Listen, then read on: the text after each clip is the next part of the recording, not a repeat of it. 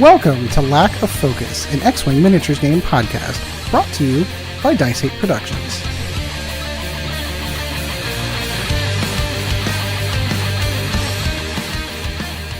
Hello, everyone, and welcome once again to Lack of Focus, your X-Wing 2nd Edition podcast. I am your host, Ed Horn. Alongside me in his bedroom of doom, my partner in crime and gaming one, Mr. Chad Brown. Chad, how's it going? Hey, everybody. And our producer extraordinaire one, Mr. Kris Sheriff. Kris, how's it going, my friend? Good, thanks, Ed. Unfortunately, Sean is a little under the weather today, and he is not going to be able to join it. So this is the full cast for the evening. Or for us, it's actually Saturday morning. Yeah. So we've got a few things we're going to cover. Obviously, Gen Con has come and passed, and we've heard a whole bunch of new things that came out of there. Is some concern about how good Lord Vader might be, and we'll kind of get into that here in a bit. We had a whole big news dump with articles being able to look at the First Order, the Resistance, and all your pathway to worlds has been clarified by OP, so we're going to cover all that. And then we threw up a couple of lists that we just kind of want to throw out and talk about, but all of that's going to be coming up right after this. All wings report in. Red 10 standing by. Red 7 standing by. Red 3 standing by. Red 6 standing by. Red 9 standing by. Red 2 standing by. Red 11 standing by. Red 5 standing by. All right, in the flight deck, we're going to cover over the squads we've been flying, events we may have attended, things like that. Mine's going to be super brief. I was on vacation in Vancouver, Canada, and did nothing. I've spent most of the week this week trying to play catch up with work and catch up at home and all. It's just blah. So Chad has I'm now in a position where I have to take the Chad challenge, which is if I do not play 2 games between now and the next episode that we record, Chad gets to punch me on air. And he's like all ready for it too. If you do not watch us on YouTube and you don't get to see Chad's little additions into angry face, you are definitely missing out. So I will defer. Happy. I know it is. I agree that he played the games last time he had this bet. I know, right? I did. I actually played him too, so he enabled me to not get hit. It was awesome. Oh, yeah. But you guys have been playing, so I will defer to you. Someone played in a championship and someone got some games in. So, you know what? I'll go with Kris first because I know you played in the store champ. I'll let you kind of go first and we'll let Chad close it out. Yeah, well, we are running our Star Championship today in the Sentry Box, so I've got the late shift. I'll be doing the end part of that tournament, which is what facilitated us recording early this morning instead of Thursday evening. So, yeah. I don't get to complain about being tired this time either because it's my fault because I needed to paint Warlord Titans for Epic. How many did you have? How many did you have to paint? Just one. I fobbed off the other one on somebody else, but I only had 2 days to get it built, painted. So last weekend, another store was running their Star Championship, so I got to take a weekend off. Instead of running Imperial Assault, I took a weekend off and played. So I took Vader with VI and Advanced Targeting Computer.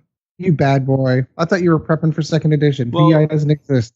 The closest I can get to him having the whatever the force power that lets him shoot first, I forgot what it's called, what makes him shoot at Initiative 7. Heightened Perception.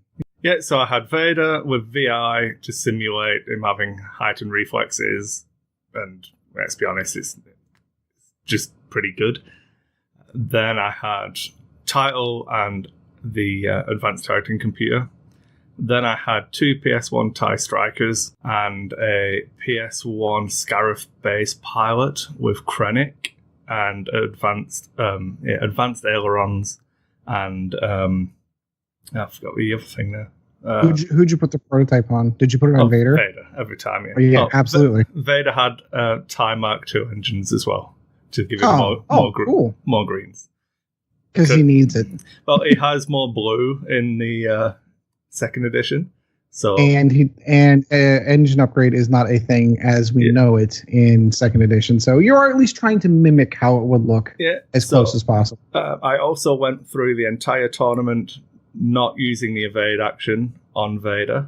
That's technically a lie. In my last game, I was playing one of my friends called Mike, who beat me at one of our local basement tournaments that we were playing. He crushed me in the final game because I was a moron, so we have a bit of banter about that. So the first round of the game, when I went 2 forwards with Vader, I took an evade and then took it off immediately. But in the entire event, when it was actually relevant, I didn't take an evade action. You did well then. So I didn't use Vader's evade. There was one instance where I barrel rolled front to back because I declared it and it didn't actually fit unless I barrel rolled front to back. So I kind of had to do a first edition barrel roll there, so I wasn't actually cheating. I wonder how they're going to rule that though, because I think if you just declare a barrel roll, you don't declare if you're going front to back, back to middle. No, because what I mean is I was using second edition barrel roll, so you line it up in the center. Gotcha. Yeah. I was only doing that, but because I declared it and we were playing first edition, the fact that those 3 positions didn't fit is irrelevant. It was still a legal first edition barrel roll, so I had to do it. Oh, okay. So I see what you're saying. I was attempting to fly second edition barrel rolls only, but I had to do one that I wouldn't have been able to do in second edition 1. Gotcha. I've spoken about the list briefly in the past. It's pretty good fun. You've got a block of PS1 flappy winged fun, and then Vader with advanced prototype to do his thing. It's still a really good fun list. Game 1, I played against Randy. He was running Lulric, Ezra, and a Wookiee Liberator. And just doing 1.0 Operation Specialist, which is a fucking bullshit card. And gone. It's gone. Just remember. I really liked it when it came out. I remember looking at it thinking, this is really good. Even I was beyond the point where I'm like, no, that shit is just fucking broke. There was one move where I'm like, okay, I can block him up now, get all of my shots to bear on one ship, try and take him out. And I did. I did my flap over a rock, execute my maneuver, got my barrel roll in, completely unexpected blocked everyone up. He bumps, which caused everyone else to bump into him. But he's got Ezra with Snapshot. So I've got, anything with advanced ailerons hates Snapshot. And I've got 3 ships with advanced ailerons. So each of my ships is potentially giving him 2 shots before the shooting phase. So I'd flap, which counts as executing a maneuver, so he gets to check for Snapshot. Shoots. If he hits, he does damage to me. If he misses, he gets a free focus token. Then he does it again on my actual maneuver. If he misses, gets a free. So I blocked him all up, and he's got full mods. I'm like, oh, it's so dumb. Oh, awesome.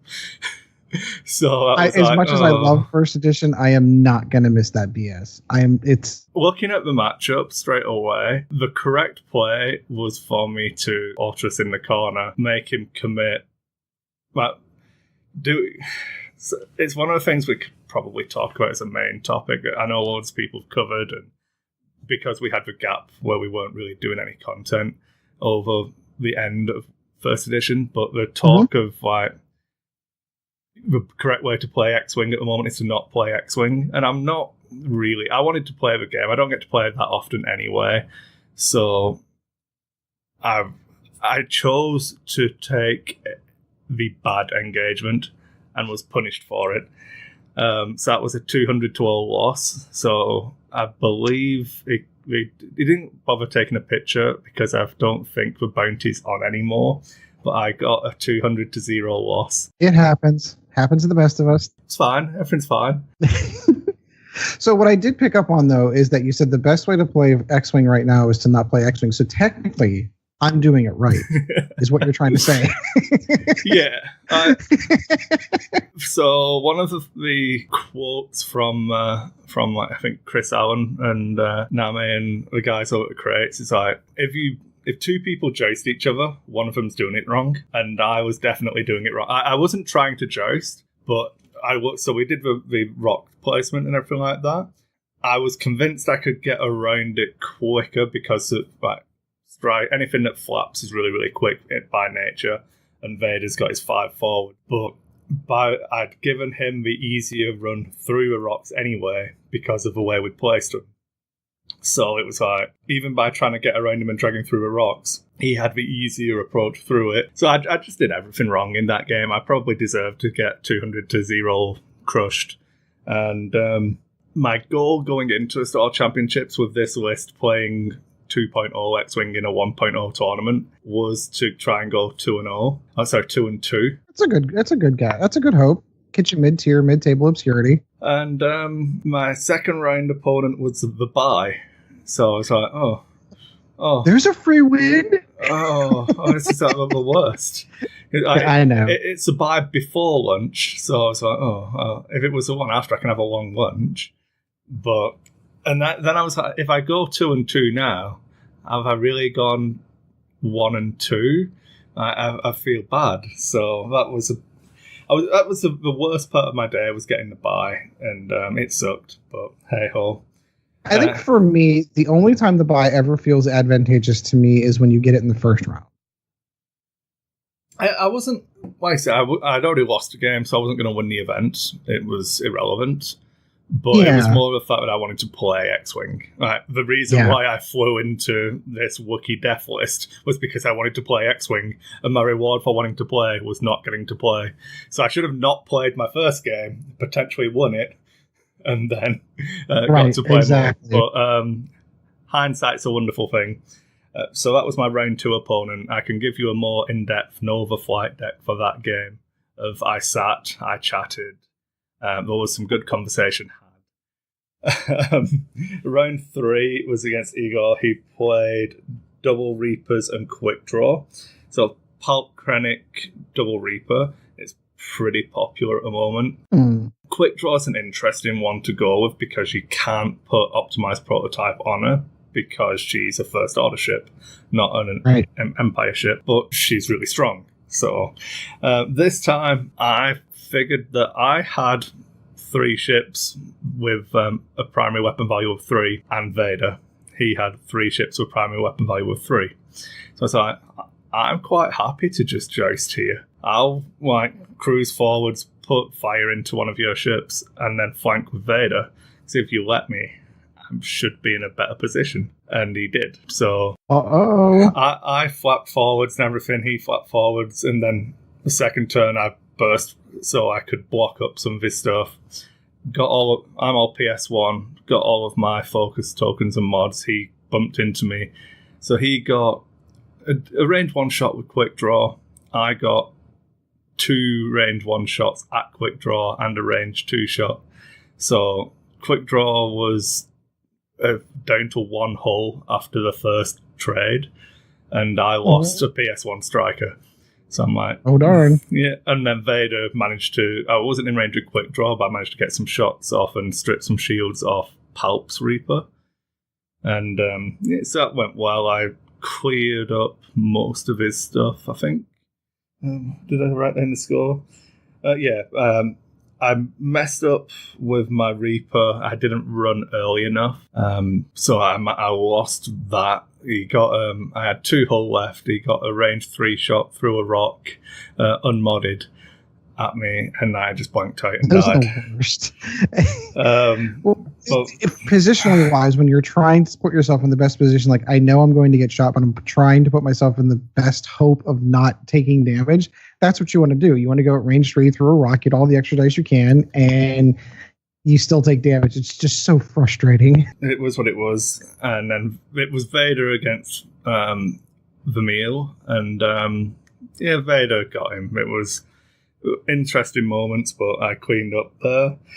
And then that put me in round 4 opponent against Mike, who he had the best MLV of the tournament, but had lost a game. So he needed to win and hope that Clay, who won the overall event, going 4-0, if Clay lost, Mike could have still won or got second. So he was flying Imperial Aces. He was doing, Inquisitor, Quick Draw, and Midnight, or Omega Leader. Haha, we know a name now. Yeah, I've flown against him before, and he's pretty good with Imperial Aces. He normally can use the shuttle or the Upsilon pretty well as well, but triple aces this time, and I wasn't too worried because I've got a PS11 ace, effectively, and extra shots. So I set up to just push down the flank. I actually boxed Vader in and flew in formation and just cruised up the table, waiting for him to commit his aces. and I was hoping to isolate one of them. My goal, like any one of those ships, is a nightmare to deal with in the end game anyway. But I planned on trying to isolate Inquisitor because it was bringing him slowly onto the flank that I was heading, and because of the flappy wing stuff, I can actually cut in pretty well through the rock deployment we had. I split my formation, cut across. Next round, I've got Inquisitor, but quick draw is in range, so shoots up at me, and I think he does one shield off a Reaper or something. Then I take my shots back at quick draw and strip all the shields in one go. Yay! It was just crazy. I got the hits with he shot my Reaper with quick draw and Omega Leader. Took one shield off me. My PS1 Reaper shoots back 3 hits, and then quick draw just blanks out. I'm like, oh well. Yes. But at that point, I'm in a dilemma now because I planned. My positioning was set to turn in on Inquisitor and try and force him to run and just not be a factor in the game. But I've just stripped all the shields off quick draw. So I'm like, do I change my plan? I don't really know. So I went with my plan and collapsed in on Inquisitor. Didn't do anywhere near as much damage as I'd hoped. I had the nature of flying against aces with PS1 ships. You're normally going to get at least one who doesn't get the shot because you've got to cover off all of those angles and everything. So he's a good player. He reduced my number of shots going into him. I stripped off his shields, did all of that funky stuff. But it was back and forth, and it ended with him having Omega Leader, me having Vader on one. Omega Leader on one hull. I've got Vader on one hull and a TIE Reaper on one hull. No, a TIE Striker, sorry, on one hull. And we're just jockeying for position. He's got to kill Vader. The Striker won't give him enough points. And I don't run. I keep it in tight and try and annoy him and play around it. But time was called, and I got that one.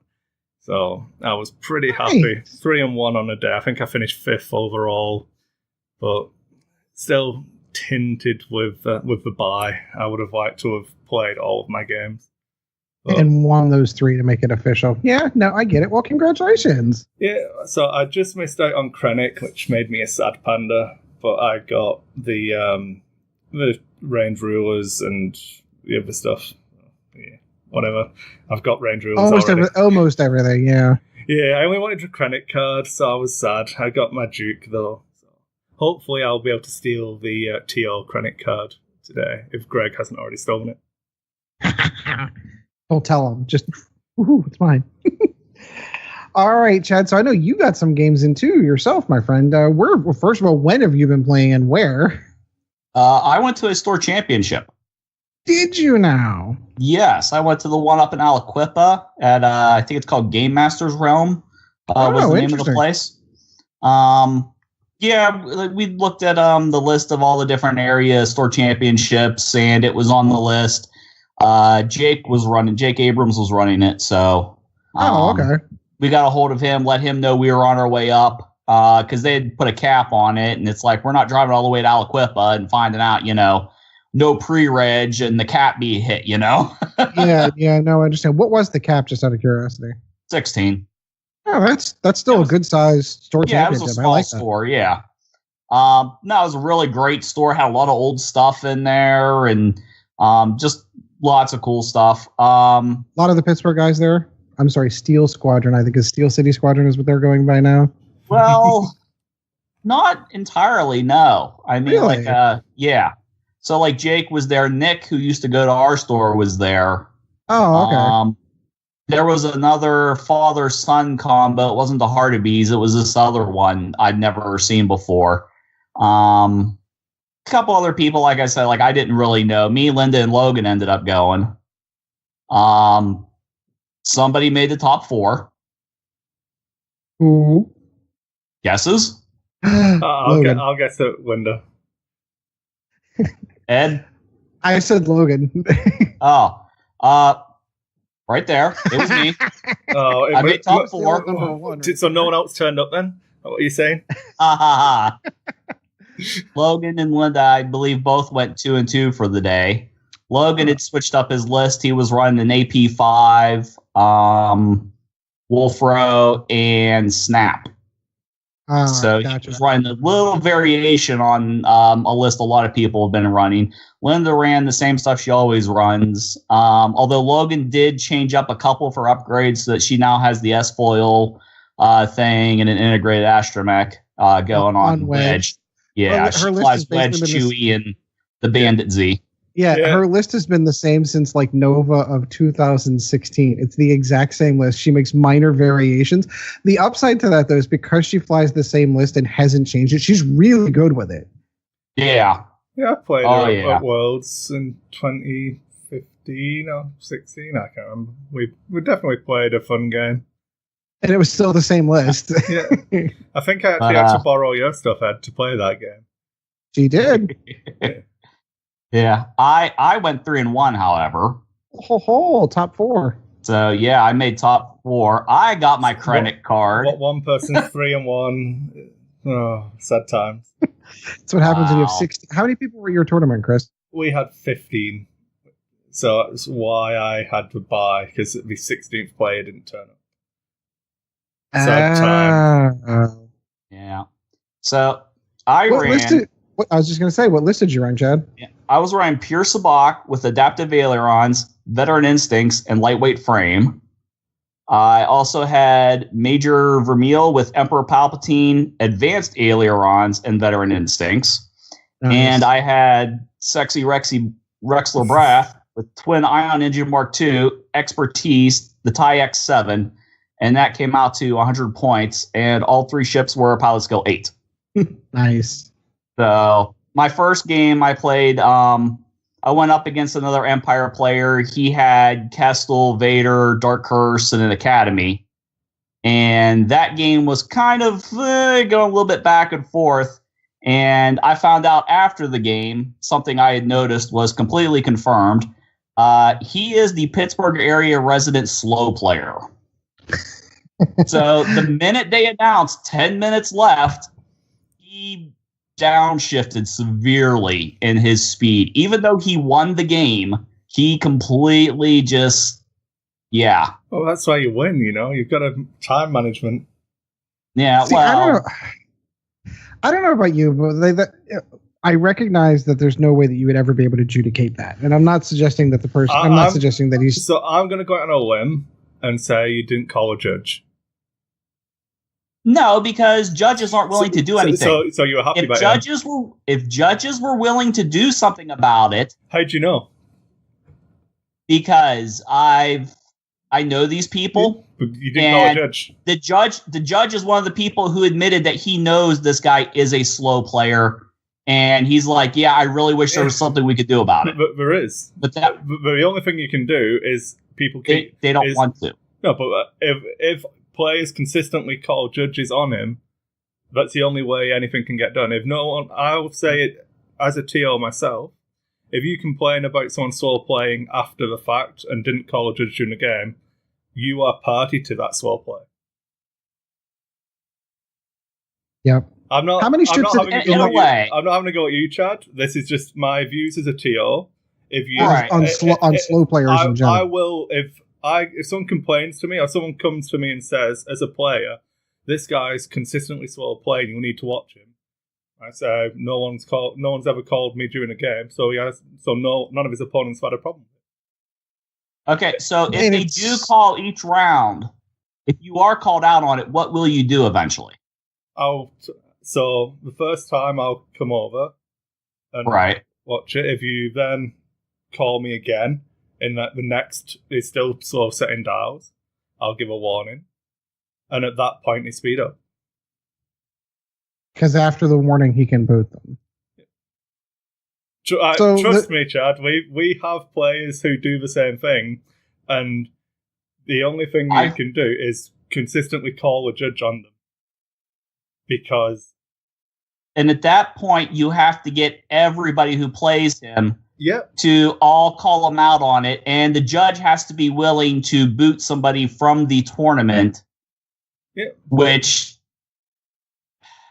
I mean, a That's lot the of only way people to- don't want to do that because they don't want the person to be like, I went to this store and I got booted from a tournament, and now that looks bad on the store itself. That's I know a lot of people I got don't do booted it. from. No one gets booted from a tournament for being a good and fair player who's fun to play against.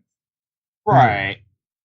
So, I think the other side to that is like I don't disagree that it's a hard thing for stars and judges to do, but if you never give them the opportunity to do it, they can never prove you wrong. I think the hard thing especially for me, is being the more. Admittedly, I'm competitive, but I try to fly as casual as possible. Sometimes you just don't want to be a jerk. So but who's been the there jerk, is though? a point. Yeah, exactly. There is a point where there's a tipping point where slow playing comes into play, and you're like, because there's two different styles of play. Is slow play, if you want my honest opinion. There's I've got one ship to play, and I'm gonna sit and look at my dial for 4 minutes before I place it. That, in my opinion, is overtly slow playing. But if I really wanted to, I could just fast play and just disengage from combat and just spin them around the ship. So Spin them around the table. But at least then I'm slamming down dials, moving ships. At least there's a way to react to it.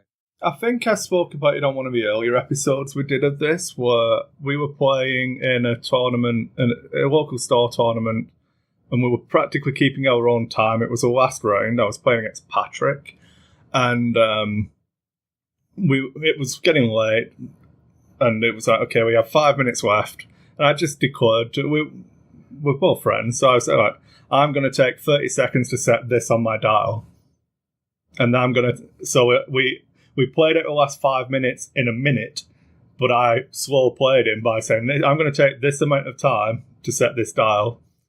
This is the minute. I told him a maneuver I was doing, so he sets his dial, and then I'm going to take like 20 seconds to decide my actions. It's focus evade, by the way, because I was still running Vader. But, Yeah. So there is given amounts of acceptable time, but because every point is a decision point.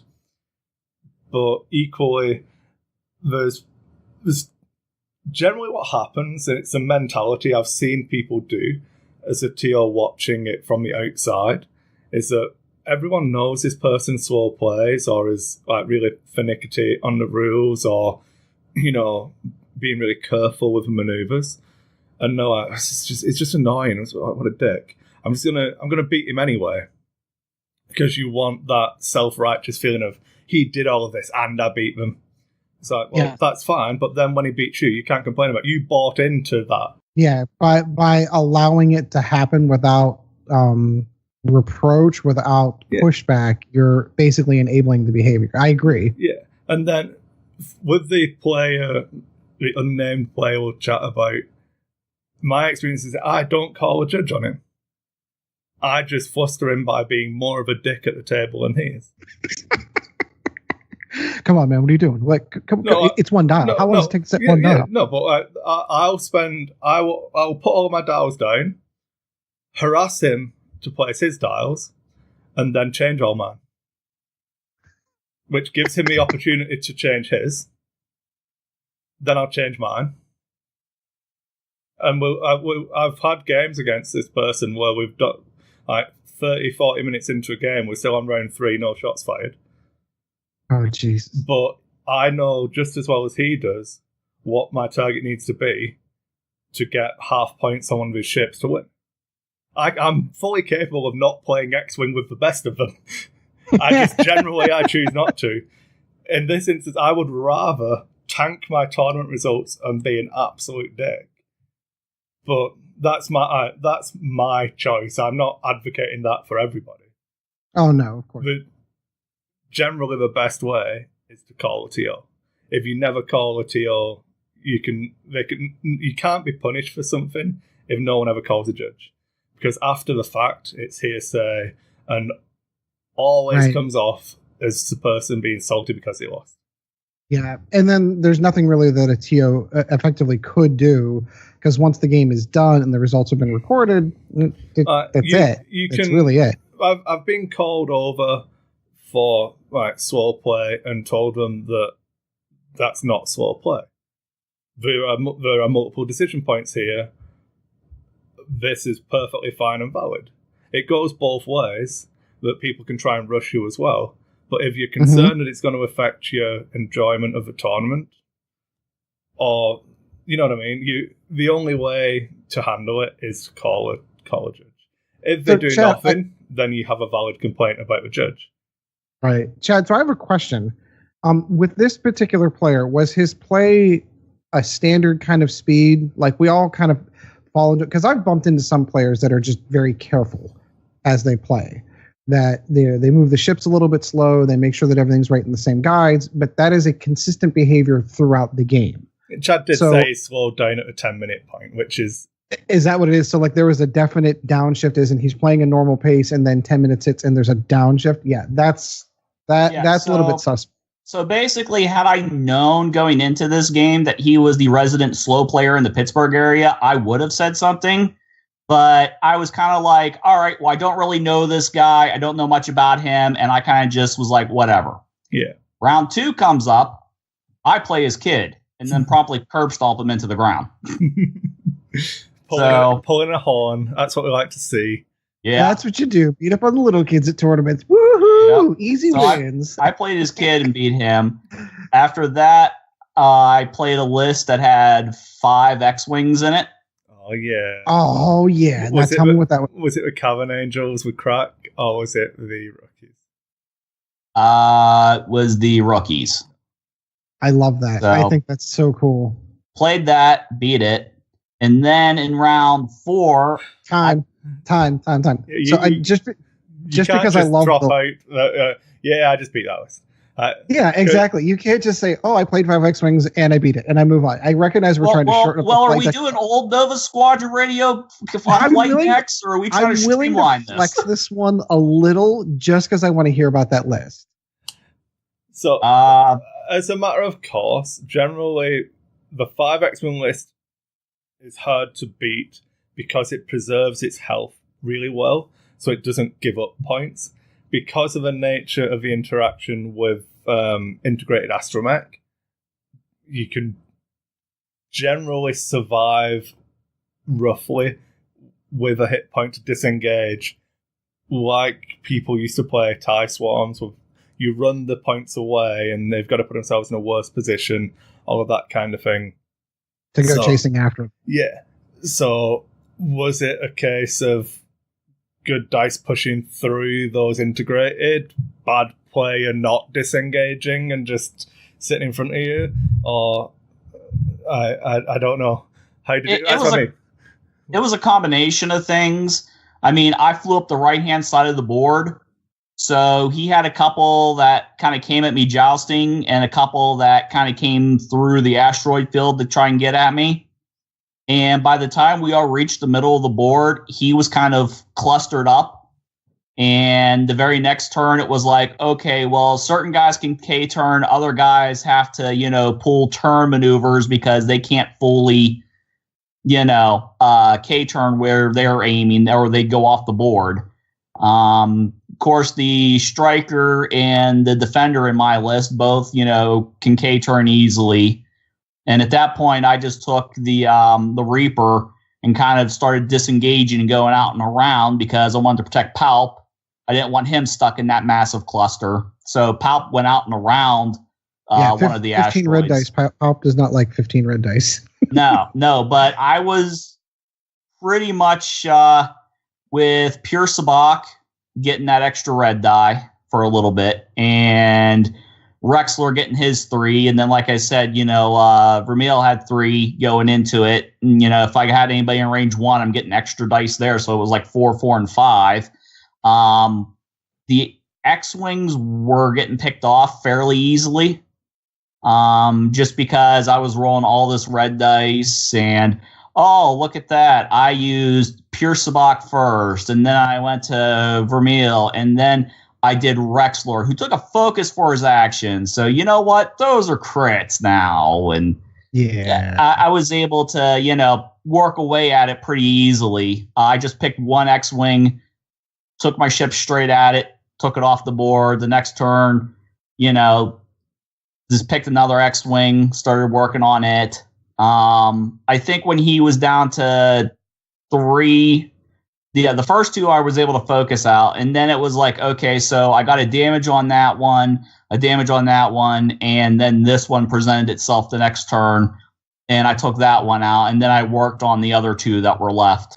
So it sounds like to me that he didn't do the peel away you should in a swarm. Well, I got him to come down through the asteroid field with some of them, so it was like they weren't really.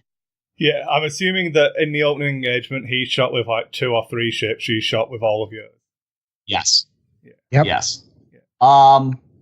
Round 4, I played against Jake Abrams because he was playing a list because we had an odd number. So instead of giving somebody a bye, he was like, "Oh, he'll just go ahead and play." And that's the right way to do it. Now, did he play a hard-nosed competitive list, or was it more of a fun list? 5 X-Wings. Oh, so you played the list twice.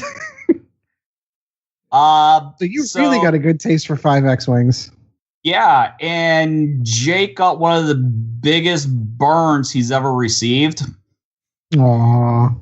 We go in, and round 1 of shooting, I get Pure Sabak, hits an X-Wing, or deals some damage. Or no, I think Vermeil did damage first. Pure Sabak fires, takes it out. Okay, so I've got 2 ships now. They've taken out this first X-Wing. Rexler goes, takes his shots on a second X-Wing. All 3 go through.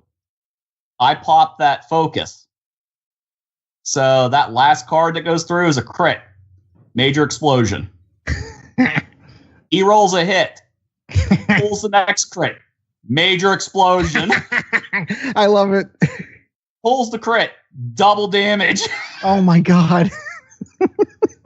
He was like, how did that happen? Okay, Rexler overkilled the next wing in 1 shot. Admittedly, there's a lot of things about first edition I'm not going to miss. Should have taken integrated astromech, shouldn't he? Substitute him. That I am going to miss is that random chance. And you always hear stories about it. Oh, I saw this one guy. I heard that this happened. But to actually sit down and watch it happen, it's amazing. Yep. Pop both shields. Crit goes through. Major explosion, followed by major explosion, followed by double damage. He was like, how does that even happen?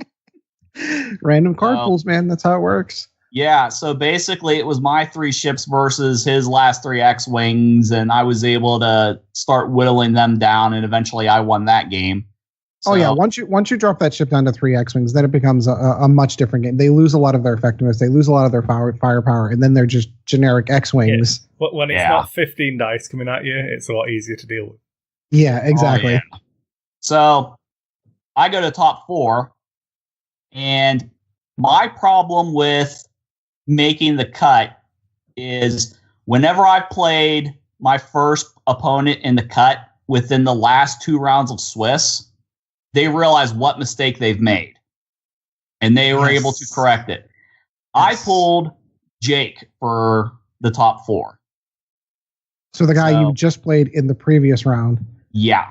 Yep. I pulled him exactly because the game is fresh in their mind. So, they know exactly what they screwed up. So the mistake he made was not shuffling his damage deck, so he shuffled his damage deck. No, he came at me a different way.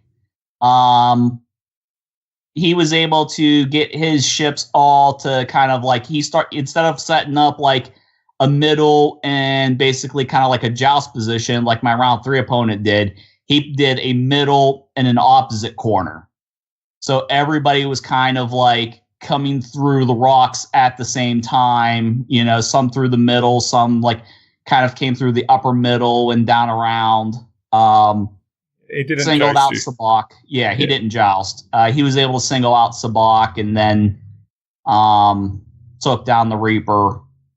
But yeah, there's a saying in American football, like the way the divisions work, you get a home and away game against your divisional teams, and then you have a first round of playoffs where you could potentially play one of those teams again. And one of the hardest things to do in American football is to beat the same team 3 times in a single season. I thought you were going to say stay awake. Oh no, I'm not going there. But this is a very similar situation, especially when they're back-to-back games like that. It's super difficult to play the same player running the same list on the same day back-to-back like that. It's because you've seen all their tricks. More often than not, whenever you defeat an opponent in an X-Wing tournament, you're not going to see them again. So They don't know what tricks you're playing. They don't know how your approach is. They don't know how you're flying in. But when you do it in back-to-back like that, like all your secrets are out there. You're exposed your hand, and now it's a question of, now I need to shift it up. And I know how to beat that list. Yeah, so like he saw just how powerful, if I get to joust all three of my ships at just one or two of his ships, he's seen how powerful that is, and he knew, okay, I've got to come at this a different way. I still tried to counter the way I was coming at it so I could get all three ships pointing in the same direction. But, I mean, he was able to... Yeah, he was able to work it better. He got a little bit better dice rolls. But, yeah, I got my credit card. I got my range rulers. You made top 4 in a Star Championship. I mean, you got all the... with the exception of the little card, you got everything that was to get, correct? Yeah. Yeah, so then... for the top prizes. Yeah, well, 1.0 cards anyway, Chad. No one wants that crap. Yeah, nobody wants that. Well, we had Juke and Krennic and... Yeah, but the Cavern Angels Zealots for first and second are 1.0 cards. Oh. So who cares? Yeah. That's okay. You still did well. Congratulations. Yeah. Linda made top 8. Logan made top 8. They had enough MOV to both hit in the top 8.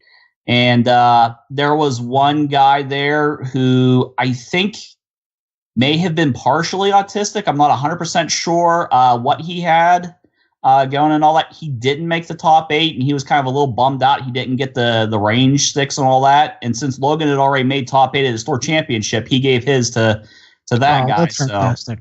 So Logan, he was like, I've already got him. And, this guy was really bummed that he didn't get him. And so Logan, did the nice thing and, gave him his. As opposed to going and selling them on eBay, he gave them to a player who would actually enjoy them. Yeah, well, he's never actually sold any of his on eBay. We've all joked around about he could make like full armor out of all the range sticks he has. I mean, yeah. So well, I'll admit the same thing. I've never sold anything on eBay from any of the swag that I've ever gotten. It's always been like that championship trophy kind of thing. Like I hang on to that stuff. So in situations like that where it meant more to the guy that came into 9th than the $20 would have from eBay, and that's we need more of that. Yeah, I mean Logan's a nice guy for the most part. I mean his list he comes up with are pretty evil, but but after the game he's all right. Yeah, I should shout out Sean, the TO for the Star Championship I was in, because he gave out all of the judge prizes to last place. That's awesome. So exactly. Bill stayed there, took his 4 beatings, didn't drop, and even sat through, had the buy-in. No, didn't get the buy, obviously he went for 0-4, but took all of his beatings and then, stayed for a full event. So he got the other TO prizes. So Sean was an awesome guy there. Yeah, that is awesome. All right, so this flight deck went really long, so we're going to go ahead and cut that one off here and move on to the news right after this. I don't know. Fly casual. All right, we're back, and in the news, we've got a couple of things to come on. Obviously, all the post-Gen Con articles have come out to kind of cover all the things that were revealed there. Now, we're only going to focus specifically on the X-Wing 2.0. I know there was just very, very briefly, Superstar Destroyer. Well, I'm sure we did talk about this last week, I think. I could still talk about it. I might pick it up just to have it. I don't even play the game anymore, and it's just so cool. I did put my name down for one, but I sold all my Armada stuff, so we'll see. When it comes out, we'll see. I might cancel my pre-order depending on how much store credit I have at the time. Because it's like $200, right? It's more than that in Canada. Well, yeah. But it is Canadian dollars, so it doesn't count. That's true. I'd rather have Spaceball 1. Yeah, that's true. That's true. All right, so let's get into the articles. Obviously, they revealed, we knew that these were coming, obviously, in Wave 2, which are going to be the First Order conversion kits and the Resistance conversion kits. We didn't get a ton.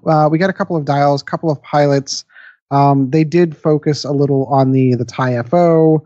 One of the things that I noticed, and we were talking about this off mic and want to bring up, is the Fanatical, which is their First Order specific talent, which I really, really like.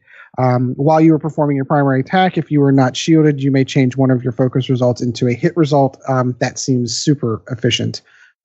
Again, this is all relative to point cost and how much it costs. I kind of feel like the internet is overhyping this. It's. I'm not saying it's not good, but I don't want to go too hard on it. I think it's really good. It fits well with specific ships, especially now that like Midnight or Omega Leader now has a name. Can't juke people anymore. So I think on her, that's all. It's really, really strong. On Quick Draw, I think it's pretty decent. Yeah. In that you don't. Assuming, do we know that her talent's still the same? Well, I assume it is. Well, making the assumption that it is. I'm just trying to scroll down now. It may have been. I just may have missed it because I know there were screenshots from the stuff that they had shown at Gen Con, but that were not in the official release article. I can't. But assuming that it is the same, it would be good there in that does it dissuade you from trying to strip those shields early, so you can get those shields into the end game. You know, I think there's good instances of it, but generally you try and kill the ship. So all that does is once you've taken the shields down, you want to kill it more, which is what you wanted to do anyway. So playing against it, I don't think anything changes. So it's all about maximizing the value of it. The really good thing about it is that it's a passive mod. So if you're flying, I think it's going to be pretty strong on I'm not going to say generic FOs because people probably still aren't going to run them. If you're going to run a generic thing, you're probably running TIE fighters. But where you would disengage something or pull off that swoop, try and get it out of a fight, you can still ping with it when you're stressed. Yeah, and still modify your dice with it. That's what I was thinking, the more efficient like that. How about the fact that Omega Leader gets bumped up to Initiative 6? I really, really, really like it. So I was... Because he was, what, PS8 in first edition, correct? Yeah. And most of those got translated down to Initiative 5. I don't recall seeing one that got bumped up, but this one did. And I think I don't know if they showed Kylo. I think Kylo's at Initiative 5. Kylo's a 5, yeah. So that gives them their PS6 A's. That's it. They needed an Initiative 6. Yeah, we're all going to trip up on that. I really, really like. I really like her. I think Midnight's going to be really good. As a slight tangent, just because it's us. Because it is lack of focus. I've decided I'm only going to pick up the Empire conversion kit first, but I probably want to be a First Order player. I'm pretty excited to see what they do with this. The only non-Empire First Order stuff that interests me is the Resistance A-Wings. And until we get more information on those and being able to shoot backwards and stuff like that, it's Anakin in the Naboo Starfighter. You could admit it. Jedi are coming. Clone Wars era is coming. I had a conversation about this last night, and the Naboo Starfighter isn't a Clone Wars era ship. Nope, it was before Clone Wars, and they never show it again. Do you know why we never show it again? Because it's Naboo's Starfighter. It's part of a Naboo Planetary Defense Force. That's like the Ewok glider. They took them to Coruscant. No, they took so they took them to Coruscant as an escort to the ship. Yes. Yeah. So I guess as deep into the well as they dig into for ships, sometimes you never know. You might get your way shot. I don't know if you're going to get Anakin. I think we'll see it, even if we do. But at that point, I just won't play. I want Kris to be happy. But that's the thing. I don't need to buy one. So because of the changes to the way we do it, they can release Anakin in a Naboo Starfighter, and it affects me not at all. Other than I get to kill him on the table every time. I don't care if it's the only thing I do in the game. The Biggs effect. If they release Anakin Skywalker in a Naboo Starfighter, it is going to be my goal to win a Worlds after that. Just so I can make the upgrade card. This is pod racing. No, let's try rolling. Let's try barrel rolling. That's a good trick. They also announced, just for record, since we're on the article, Epsilon Leader also has a name now, which is Muse, and this is something that I think this was a product of the fact of how FFG had to originally do that First Order Resistance starter kit, that they didn't actually have pilot names to kind of deal with, so we got all of these generics.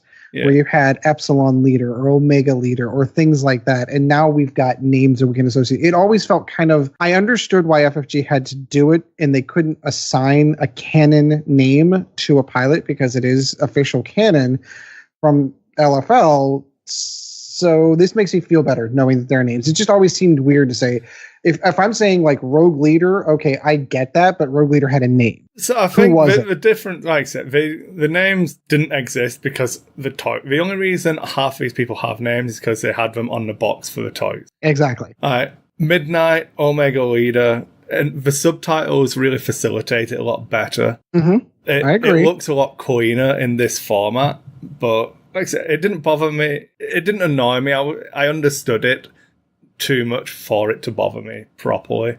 I didn't like it. I would have preferred that they got to name everyone because it's a nice touch, but it is what it is. And it just felt offsetting to me when like some of the like Elo Asti, for example, was a pilot, which we'll talk about here in a second, had a name. Yeah. It was never spoken in the movie. But why did they have a name? Because Abrams. Because J.J. Abrams is a. So it's not. He's a Beastie Boys fan and called him Elo Asti. That's why he had a name. And is Midnight a name? It's a call sign. So I want to know. Echo. So's Whisper. But I want to know what Elo Asti's call sign is. I want to know I want to know what Midnight's real name is. I agree. I completely agree. I'm on board. That's why whenever you see Hellrunner, like I know Hellrunner has a name because she's in the fluff, but they've never mentioned Nia Nub's name in the movies. Yeah, no, I know, but he's been in. Right, but they've never that's it. He's been in 2, and they've never mentioned his name. Or was it 3? Was he in 3? I think it's 3. I stand corrected. As I'm sitting down, I've said that out loud. I'm like, no, he was. It's because you don't acknowledge the existence of Last Jedi. That's probably it. My hope is that like the rumor is that episode 9 is going to be a 2-parter, and my first hope is that the first part of the 2-parter is all that crap that you saw, it didn't happen. Let's rewrite episode 8 and move on from there. Ed, we need you over at table 8. They're low on salt. I'm still anyway. All right, we're not going to get into my first order hatred. Obviously, some of the stuff they obviously announced the dials, the upgraded plastic dials. I kind of like the bolt metal kind of gunmetal kind of color for those. I completely on that same thing do not like the orange for the first order. I really like that. Okay, good. To each their own. It just seems so bright in comparison to all the other colors that they went with. It's just going to stand off of a table. Good. I want people to see it. I paid money for this, damn it. You did. Buy the plastic. Buy the plastic things and change it. Yeah, that's true. You can. But anyway, so they also had a similar article for the Resistance. We saw a couple of pilots kind of in the background in their pose, obviously in there. Prime Thrusters was the one that kind of jumped out to me for one of the upgrades that was intriguing. If you have 2 or fewer stress tokens, you can perform a barrel roll and boost actions even while stressed. That's super cool because that still kind of feels like having PTL on an A-wing with the linked actions. Right, exactly. Assuming that the new A-wing still has the same linked action thing as the old A-wing, which it might not. Well, in just judging, obviously, you only see the top half of the couple of cards. They have focus and evade, but I don't see any linked actions. You can probably guess that boost and barrel roll are the next 2 actions that follow that, but they don't have any linked actions. And again, we haven't seen the cards, so we can't say that definitively, but it doesn't look like they have one. So it gives them that ability, just as we were saying how good, and this is, in my opinion, how it should work, just how good the TIE Interceptor is for the Empire, because they basically have the ability to use PTL in some way, shape, or form, as will the RZ A-Wings have the ability to do something similar. Those were supposed to be the 2 comparable ships for each other anyway. Yeah. So, Heroic. Come on, what are your thoughts on Heroic? Oh, did I miss that? When you defend or perform an attack, if you have only blank results and have 2 or more results, you may reroll any number of your dice. So if you blank out, you get to reroll. And you have 2 or. But it doesn't work on a Falcon. 2 dice and you blank out, you get to reroll. Yeah. I'd be did using it just it. give Han's ability to like every resistance ship? Well, Han's pretty heroic. He is pretty heroic. I'm trying to understand that as I'm reading, because I see the article. When you defend or perform an attack, meaning that this works for both offense and defense. Yeah. If you have only blank results and have 2 or more results. Yeah, so basically, if you're playing the Falcon, you can't use heroic on defense. Because it doesn't have, because it has 3 attack dice and 1 evade. Yeah, so you only roll 1. So it'd only be, if you blank out on a Falcon, there's only 1 dice there. Gotcha. So it's to cut down on Falcon shenanigans, unless Finn still adds a blank. So would heroic? I admit that heroic wouldn't work on defense for the Falcon, but would it work on? Yeah, as long as you on offense. As long as you only blank out. If you have 1 focus result with no focus token, if you roll blank focus, you shit it all up. Okay, I see what you're saying. But this is clearly targeted towards like if you can, the 2 attack dice. I wonder if this would work well on like. Oh, we don't even know if they get Z's. That's true. So all right. So this is clearly focused in direction of the A-wing, but. I like it primarily if I'm trying to build a tank. I think you can only take it as a defensive because it's going to cost points. So unless it's really cheap, like if it's a 1 point that ruthlessness is awesome, I will probably take it if I'm not using that EPT on something else. Oh yeah, no, I agree. But I don't like it it doesn't have me clamoring to want to play resistance because of this card.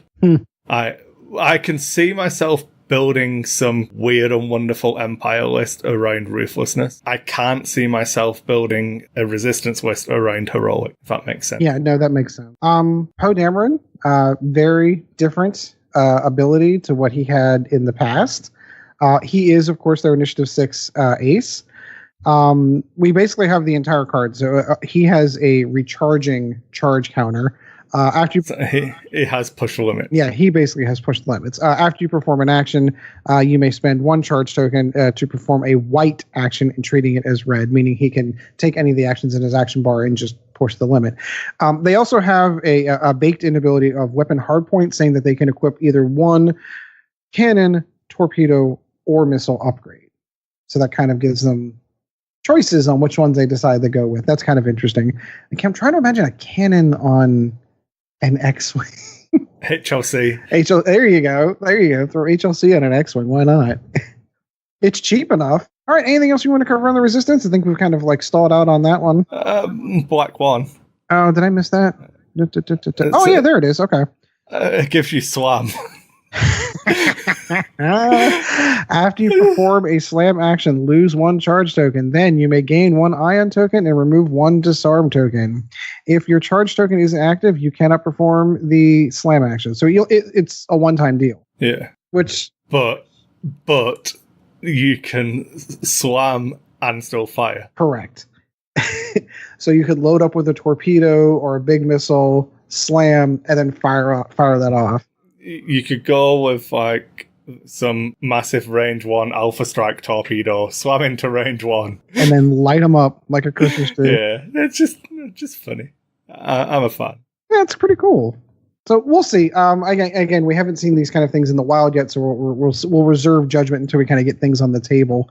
The other articles that came out, there was a Fly for Freedom article that they put out, which basically showed the first 200-point list, and it didn't take long for people to go, hey, the points are off on that one, and that list is actually 201 points. Under the current PDF. Correct. I think it's clear that I'll give them a benefit of a doubt on that one. Knowing the lead time for articles and stuff like that, I'll give them a benefit of a doubt. Yeah, it's clear that this one was written before points were adjusted, and that's where that comes from. But it always does seem to be funny. Like the folks that write the articles are like notorious at this juncture for getting rules. Chris Bryan insists that they inserted an error into his article that wasn't there when he wrote it. Oh, really? Yeah. Well, maybe they did. I'll give them benefit of the doubt. All right. We do have another 2 things to cover, but we're going to save those for the main topic, which are they also release the path to how Worlds is going to function, which is going to be our main topic. And in situ with that, we're going to be discussing. Everyone's kind of talking about Vader and a particular upgrade and how broken he feels. I'm still reserving judgment until I kind of see it in the wild, but we'll get into that in the main topic. Is there anything else you want to cover in the news, Kris, or I think we got that covered? I think we're good. Nova Open's coming up. Oh yeah. Oh, that's true. All right. I'm glad you mentioned that. We were supposed to have Adam Landon on. I'm going. You are going. We were supposed to have Adam Landon on from the Kappa Cup, and thank you for pointing that up because I'm going to pull up all that information right now. We were supposed to record on Thursday. Things happened and couldn't exactly get him on. He was going to record a spot for us, but I did promise him that this episode we would start mentioning this. So this is going to be October 12th through the 14th in 2018, and that is going to be in Grantville, PA, which is basically towards the center of the state at the Holiday Inn. This is the third year for the Kappa Cup event, if I'm not mistaken. And they have everything Star Wars related. They have an X-Wing 2nd Edition tournament, Imperial Assault. There's a custom X-Wing narrative event, 1st edition, if you want to join in. They're doing Destiny constructed events. They're doing Armada. They're doing fantasy drafts for 2nd editions for X-Wing. A Legion tournament's going to be there. It's fantastic. And they give a schedule as far as all these are concerned. Anything FFG Star Wars related, you can find it at this particular event. I know, Chad, you have attended this event in the past. You have been there before. We had one year that was a little snowy, and that kind of affected the event. Yeah. We woke up and it was hot outside. Exactly. So if you are in the Pennsylvania or in the vicinity that you would like to attend the event, I suggest going to kappacup.net. That is CAPACUP.net, and you can do signups for there. This has been a great event for the last 3 years, and I suggest you check this one out and continue the good stuff. They do have pictures of the prize support that they've got, custom tokens. They've got custom Legion terrain. It's some of the 3D printed stuff that I've seen. They've got a whole bunch of alt art cards from 1st edition. It looks like they're trying to unload all of their old art first art tokens and cards. They've got some really cool looking mats that they've got printed up for this one, and they've got some 2nd edition stuff ready to go as well. And it looks like they got some Paul LaRue cards as well to kind of to pass out as well. Again, check it out. It's going to be kappacup.net. So that is going to do it for the news. We are going to try to have Adam back on next time so he can record his own promo. We can just kind of slide it in between segments moving forward. All right, so that's going to do it for the news. We're going to move on to the main topic right after this. Almost there. All right, we're back, and in the main topic, we're going to kind of cover over a couple of things. The Path to Worlds is one of the first things we wanted to discuss, but we're going to put that on hold just for a moment because we have some reports from 2nd edition being played in the wild, and just how good Lord Vader is with a particular upgrade. Kris, I know you know a lot more of the details on this one. Were there streams of this games going on around there? At Gen Con, they ran a 2.0 event where the nature of it was you got a core set and a single ship. If you played Rebels, you got a core set and a Y-Wing. If you played Empire, you got a core set and a TIE Advanced. Fantastic. Then you had, I believe it was five threat to play with to build a list from your quick build card. And this is important to note that these are the quick builds. Yeah. So the standard quick build point level is 8 threat. In this one you had 5, and you only have a maximum of 3 ships available. If you play Empire and squeeze in all of the ships, you can play a 3-ship list. So I think that is key to note when talking about how good Vader is in this format. It's in a very confined space. You know, in the world of the blind, the one-eyed man is king. And in this case, Vader is king in the world of the quick build kits when you're only dealing with Wave 1 stuff. So the combination is obviously supernatural reflexes on Vader. Vader coming in at Initiative 6, he gets to act late in the round. Supernatural reflexes lets him do a barrel roll or a boost, which he doesn't innately have access to before he does his maneuver. So we all know how powerful Advanced Sensors is in 1st edition, that kind of repositioning before you execute your maneuver, how many outs it can give you. So the nature of the event and the people who will recognise this really early are obviously the good players because they recognise it really early. They've played a lot of X-Wing 1.0. So I feel like the data point from this is tainted by people who went to play a fun I got some 2.0 Let's Play of it straight away tournament. And then the people who are like, crushing noobs with Vader. Well, so what's the threat level? Like you said, it's a 5-point threat level. So Vader with that is what at 5 himself. It's right? 4. He's at 4. So you can take an Academy pilot or an Obsidian pilot in addition. There's an argument to be made with the because it wasn't even a straight up.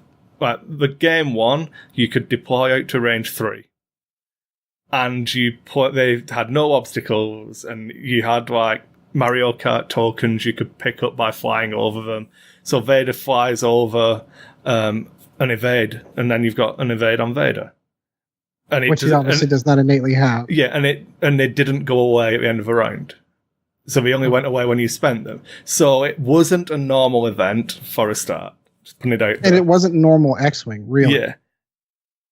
So, like I said, the data point is very much tainted. Supernatural Reflexes Vader is really good. It's still Vader on a TIE Advanced platform that isn't the most maneuverable. If Sunia Fell had supernatural reflexes, I would be crying that this is broken. Oh god, yeah. Vader having it is really good, but I don't think it's beyond like levels of playability. Now, I think when you take into consideration all of the and then this and then this and then this factors, it was a 5-point event in you didn't get a chance to really kind of pick your upgrades. You got to pick your quick build. Yeah, and then you have this wasn't really X-Wing because they started off at range 3 and they're doing this Mario Kart style with and you're only restricted to wave 1 ships. And like when you start adding up all of these pile of things, sure, 1 ship, 1 build came out pretty high in the okay, fine, that's great, but there's a whole bunch of X-Wing out there. When you can put more firing arcs down, I think Supernatural Vader can be threatened more easily. I'm not saying that he still isn't good, especially, I think threat level wise, if you're playing quick builds, Vader's really good. Supernatural Reflexes, fire control, cluster missiles, afterburners, and a shield upgrade. So he's really strong. He's got double mods, still got a missile, and he comes in at 4 threat. I think he's really good, but I don't know. Supernatural Reflexes, it's a 12-point upgrade. Yeah. So he's like already one of the most expensive ships on the board to start. If you built this out, it comes in at over 100 points. But you can't build it out because it's got 2 modifications. Because quick builds don't follow the rules for normal builds. Right, so there's so many wonky factors that came into. Don't get me wrong, I think the combination of his ability and that, good, sure, absolutely. I think there's so much more out there that it's difficult to say that there's an early problem. I think it's more easy to make the case that Luke pilot card is more of a problem than this particular upgrade on that particular pilot. And I'm not even saying that I consider it that big of a problem, but I'm just not looking forward to Dash with Luke Gunner, which you're going to see in the early parts of the early tournament scenes of this game, where they took a mechanic that they intentionally removed from the game to promote piloting and then added an upgrade that put it back. Granted, it's 1 pilot and 1 ship that can do it, but you're talking about a 4 attack die ship that's doing it, that can roll over any obstacle that it wants. And it's just that I could argue is a much bigger deal than this. Yes, it's a cool combination in this particular one-off event, but I think a good player playing against an average player will make Supernatural Vader look broken. A bad player playing against anyone is going to look bad, and a good player playing against a good player isn't going to get as much value. I think that when you can figure out the different approaches, it's like it can barrel roll these ways. If he does the boost, he's taking damage. So it's good. It's 1.0 levels of good. It's not broken in 1.0 type levels of good. Right. It's good Exactly. it's good in first edition, which means it's really good in second edition. But I don't think in a normal sized event it's going to be a problem. I think people will have answers to it through positioning, covering off arcs. The fact that Vader can't take an evade, so rolling blanks just kills him. And the damage sticks a little bit better. You don't have the ability to token stack and just build up all of these resistances to damage. And half points. Yes. You get half points on this Vader. That's a big chunk of points. Exactly. So I happen to tend to agree with you. Chad, we've not heard from you. Do you have anything you want to add onto this particular topic? I mean, it's kind of hard, like you said. I mean, the format's not a normal format, and it wasn't like full list versus full list and such. So, I mean, it's going to be a wait and see kind of thing. Are you willing to spend that many points on the upgrade? I mean, obviously, everybody loves Vader who flies Empire. So, I mean, you'll see Vader. And if we get to talk about our list today, that's the list that I built, included Vader. It did not include this upgrade, but it included another. No, that was for your flight deck, man. We've gone past that. That ship has sailed. Yeah. You gave up your flight deck. We told you that. Oh, this wasn't that when we put out the thing about him putting up graphics and crap. That wasn't for I'm theorizing for second edition. That was for the flight deck. Oh, darn. Definitely didn't do graphics anyway, so no big loss. Woohoo! Yeah. All right. Well, then good. I was then good. Then I can mention it real quick. Then, if we're going to go down that route, so we did talk about adding lists. These guys obviously went to events and played them, so they had something more to talk about. But I was kind of theory crafting in second edition with Vader, and Vader came in with I gave him sense as opposed to this particular upgrade, and mostly because of his high pilot skill. And I can spend one of his 3 force tokens to be able to look at the entire board, someone at least range 1 to 3, and know where the rest of my ships can go and do the most effective blocking. But it's a classic 1.0 build or first edition build of Ace Mini Swarm. So it's Vader with Sense fire control systems just because it makes sense with his ability. He's always going to want to have the target lock anyway. And cluster missiles, because I love the idea of just firing off multiple missiles all over the place. It's just amazing. And that Vader comes in at 84 points, not 100 and something like that one does. I kind of took something that Kris had said to heart with swarm tactics on TIE fighters. So I did take Hal Runner and give her swarm tactics to be able to adjust one of the other 3 Obsidian squadrons that I have in there to be able to bump those up to 5 and be able to fire off. But it's basically just Hal Runner with 3 Obsidian squadrons and swarm tactics to be able to kind of bounce around her pilot skill, and then Vader doing Vader things. But that comes out to 199 points, and that could be a lot of fun. I'm looking forward to trying it out. So if you feel up to flying the mixed PS a bit more, try dropping one of the Obsidians to an Academy. If you're still in the block, the Academy is the one you bump up. Yeah, I was thinking that too. It's the one that can break off to do a blocking when you need it to as well. Gives you a little bit more versatility. Yeah, because you can jump that one out, throw the block, bump it up to initiative 5, and fire off before anyone else gets to take any shots at it. I thought about that too. That's actually probably not a bad idea. It depends on, like we had that conversation in the beginning, like how big of a pilot bid of an initiative bid do you need? Yeah, is 1 point enough? I think 5 points will be the standard. That's probably I tend to agree with that. So, all right, so that kind of covers the whole Vader controversy. Let's move on to something more fun to talk about. They did what I thought that they should do for Worlds. And how do you like that? So they are doing an event. Nothing like front-loading opinions there. Yeah, this isn't going to be another, they used my idea comment, is it? No. Because obviously they had these plans laid down way before I ever got involved. I'm just saying that when we talked about this on this show, and we have record of it. Decades ago, you can go back and look into the Holocron files to find that we did discuss this, and I said that it seemed odd to me of having an event this year that would be a Worlds title, to have 2 world champions in this one, and that people were playing in first edition to get there and winning a second edition Worlds didn't make sense. And they kind of nixed that one out. They basically made that this event that's coming up in October is the 2000 Coruscant Invitational event. So it is not a Worlds Championship per se. It is an invitational event, which I think I think in my mind was the right call to be able to do this one. And then they laid out the path of how you need to get there. So let me get down to I've the got it here. article. Oh, thank you. You're So- probably faster on the clicker than I am. As in, I pre-planned it. Yeah. The top That's why you're the players producer. of each event will earn their invitation. So if you place top 8 at each System Open, you get an invitation.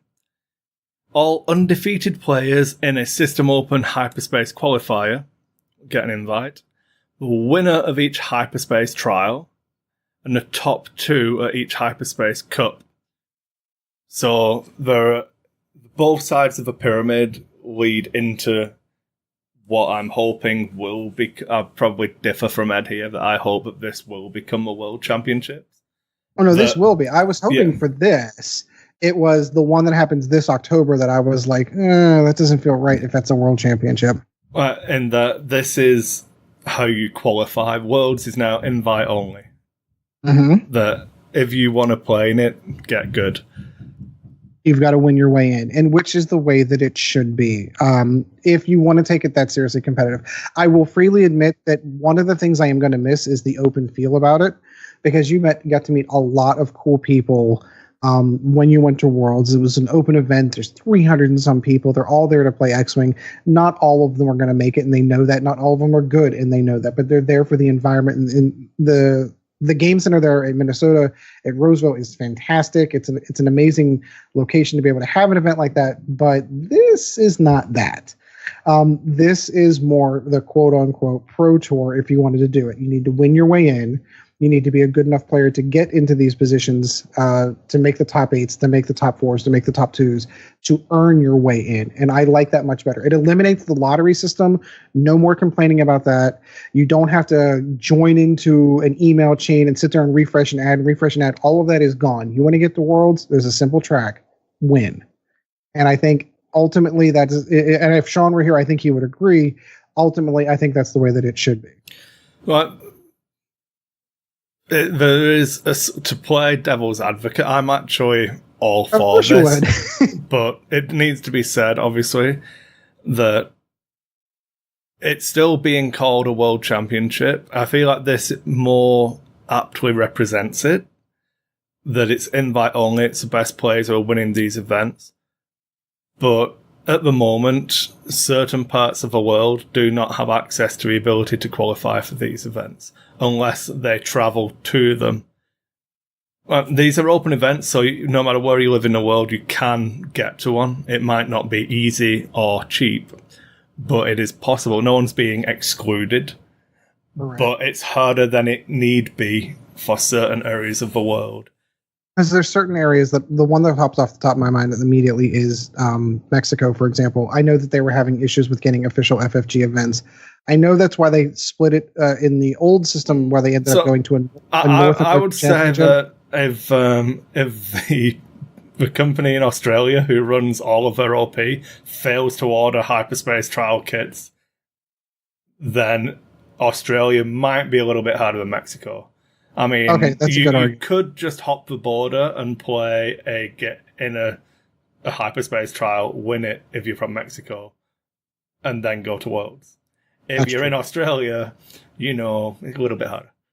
Yeah, a little bit harder to get somewhere, because where are you going to go to be able to catch one?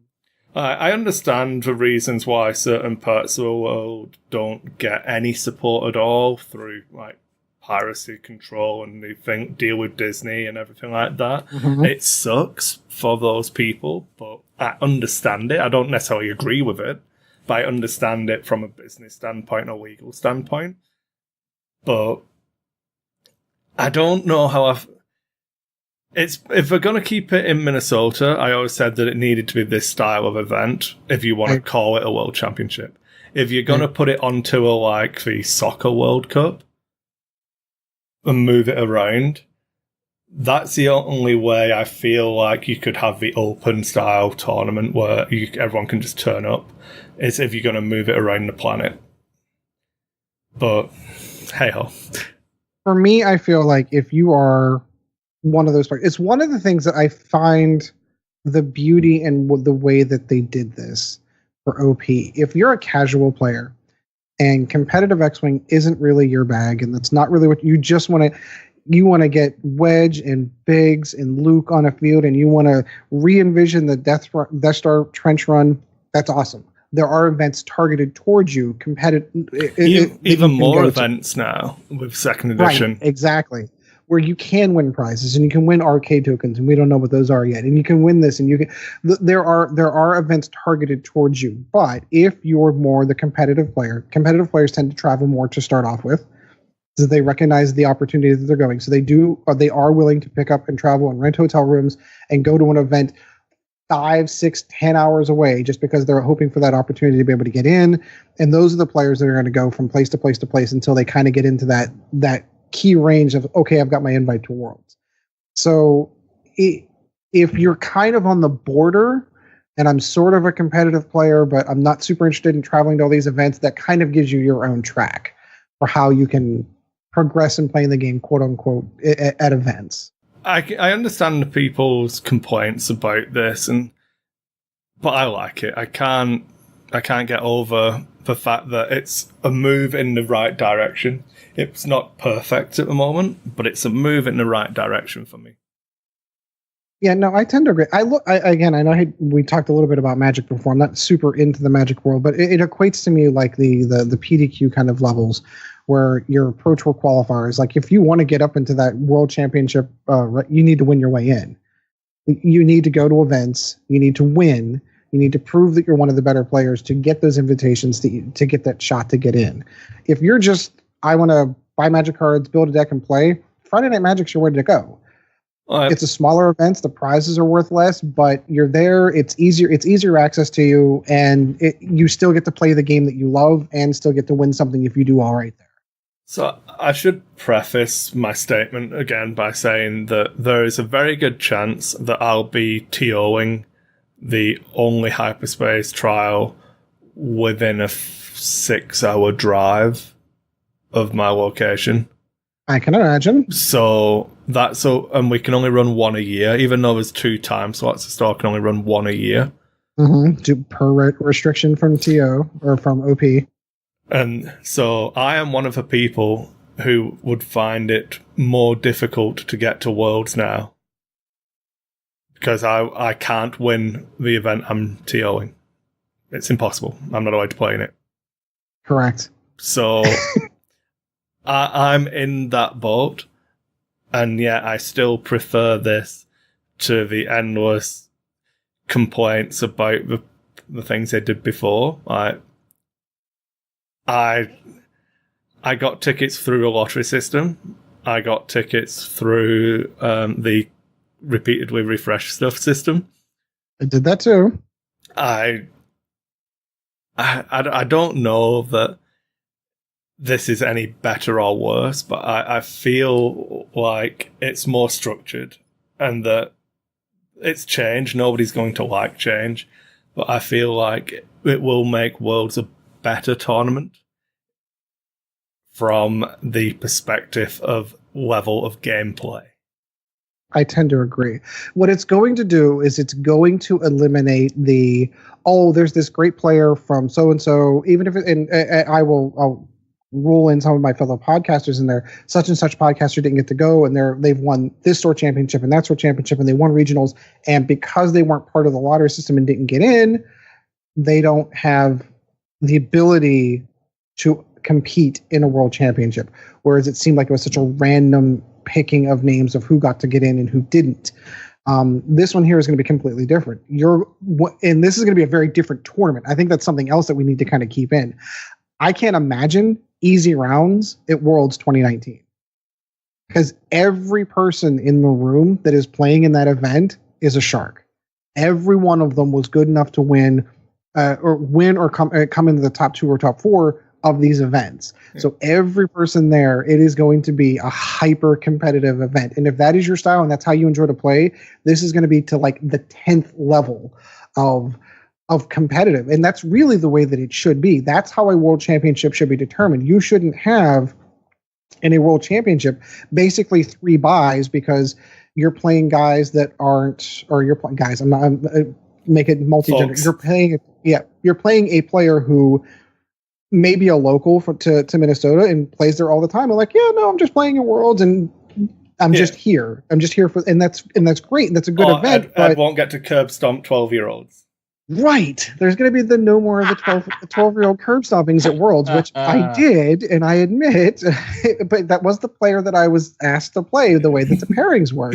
So all of that is going to be gone. Every person in that room is going to be a shark, and I'm going to be really curious to see who those top players are that filter out to the top. I think it'll be interesting to see which is the easier route in.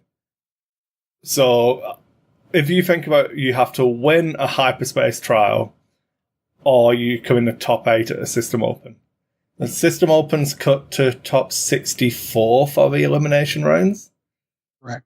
So you've got a few knockout games to play before you win. A hyperspace trial is designed to be a 64-player event, but once you've got one, if not that many people turn up, it's not your fault. Mm-hmm. So I feel like there's still going to be scope for some of the weaker local metas to be able to send players.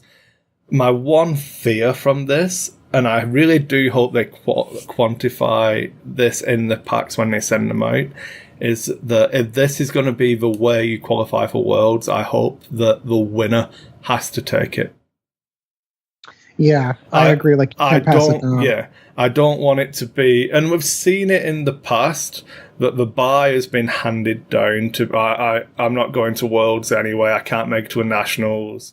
Who wants a buy type thing, and I'm not. Well, I understand it, but I don't like it. So that gets into another can of worms now that you've said that out loud. Because what they had done in the past for Nationals winners was covered the cost for those folks to come in. And this opens the door for a lot more potential costs to be incurred. Like, are they going to say, well, you had to have won this event for FFG to cover it? If you just won that one or you made the top 8, that's kind of on your own. I believe, looking at the levels of these events, I don't think anyone gets their event covered, the tickets covered anymore. I think the only exceptions to that might be previous Worlds winners. And I think even then, I don't know, because there are no previous Worlds winners of X-Wing 2.0. Oh, that's a good point. That is a really good point. Ooh, I didn't think about that. FFG being a business and all, I would not. And so you have to remember, Worlds is a huge deal. They put investment, whether you want to say that it wasn't enough because the servers kept breaking or the lottery system was shit, it's irrelevant. They invested in paying companies to try and make Worlds work better. They put money into that because Worlds was a big deal. People wanted to go. People wanted to pay them money to come and play in their tournaments. So if they just say, these are the people who are eligible to play, if you want to come, give us your money, is that a bad thing or not? No, I don't think so. I mean, it was, in my mind, it was a courtesy among anything else because FFG wanted to see those players there. The only other twist that I want to toss into that one too is the announcement of how this structure is going to work and how closely it was to, hey, the kits need to be ordered.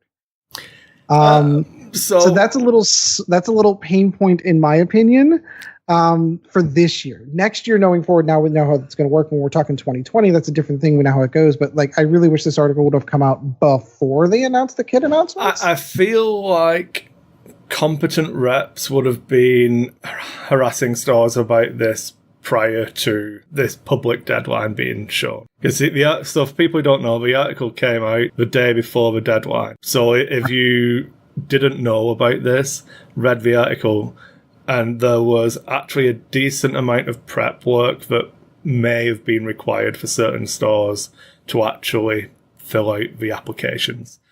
You had to be able to send pictures of your play space set up to host a 64-player X-Wing tournament. If you were going to rent a venue, you had to go to a venue, get pictures of the venue set up to host an X-Wing tournament. And now you had 24 hours to get that done. Yeah. Now, granted, if you were I think the if you'd have read the tea leaves a little, you could kind of figure out what you needed to do. But if you were kind of waiting, like, well, I don't know what I'm buying or how I'm buying into, and we had that discussion. This is kind of it would be a bit of a pain point for this year. So I'm gonna just go out on a limb here and use the cliche of "Do you know who I am?" So I've worked for the Sentry Box for like 4 years, maybe now, something like that. It's getting on for a while. We're the only store who applied for half of a regional. No one else is applying for them. We're giving them the money. We've been doing it for years. It's the same person receiving our email, and we still have to jump through all the hoops. And at that point, I was a bit like, shut up and just give us our tournament. We'll take our money, give us our kits. Just shut up. I'm done. Shut up and take my money. So all of the photographs I submitted were the same photo. Like, look, this is our play space. It's got people playing in it. What do you want from me? I think because I had to do all of them.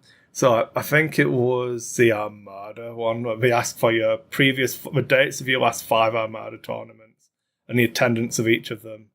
I'm like, I don't know. We run stuff all the time. Turnout varies between 4 and 20 people. If anyone else applies, give them it, but they're not, so just give us our regional. Yeah, just give it to us. Shut up and take my money. Yeah, let us host a tournament so the players have somewhere to play. Don't mess me around.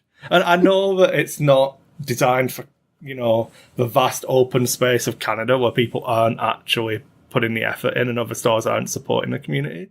It's for places like where you guys are, there's 50 million stores all competing who would all apply for a regional. I get that, but come on, just shut up.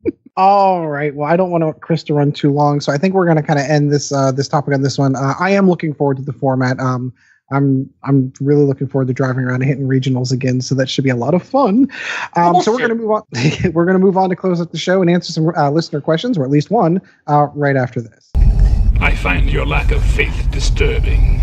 All right, so that's going to do it for episode 5. This officially makes us a real podcast, by the way. I did mean to mention that at the beginning, but the way that the podcasting world goes, if you get past 5 episodes of actually recording, that means you're actually on track. You've got a schedule.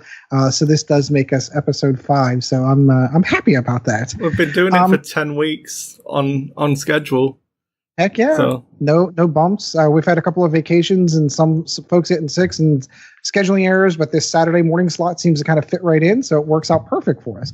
All right, so we're going to start off with listener questions. Chad, you have the list there from Facebook from listener questions, so I'm just going to let you fire. I've not read any of these. The only one that we did talk about just a hair, just so we had an answer to, it will be there as well. You might as well jump in with Scott since he's talking about it. All right, we might as well, yeah. So go ahead. All right, we're going to go with Scott Weasel first. What did you all think of the trailer for Resistance?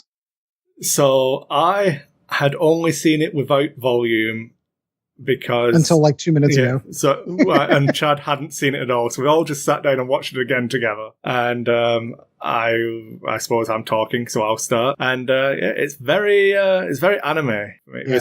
I like anime anyway. I watch it. It kind of feels like some of the newer Batman animated stuff. It's a similar style, blends quite a few different styles. I don't want to go too deep into. I'm not going to steal a Crates weebiness off them.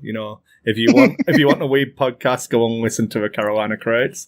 I don't mind the style. It's different. I remember thinking when I originally saw Clone Wars, I didn't really like it. When I originally saw Rebels style, I didn't really like it. When I initially saw this, I was like, I don't really like it. But it grows on you. Yeah, I feel like the style will be fine. So that's my initial impression. It seems like a more anime genre than a Star Wars cartoon. All right, so my turn. Yeah. I personally myself, it is a different shift from the way that Clone Wars and Rebels was done, which was more CGI, very blatant CGI artwork.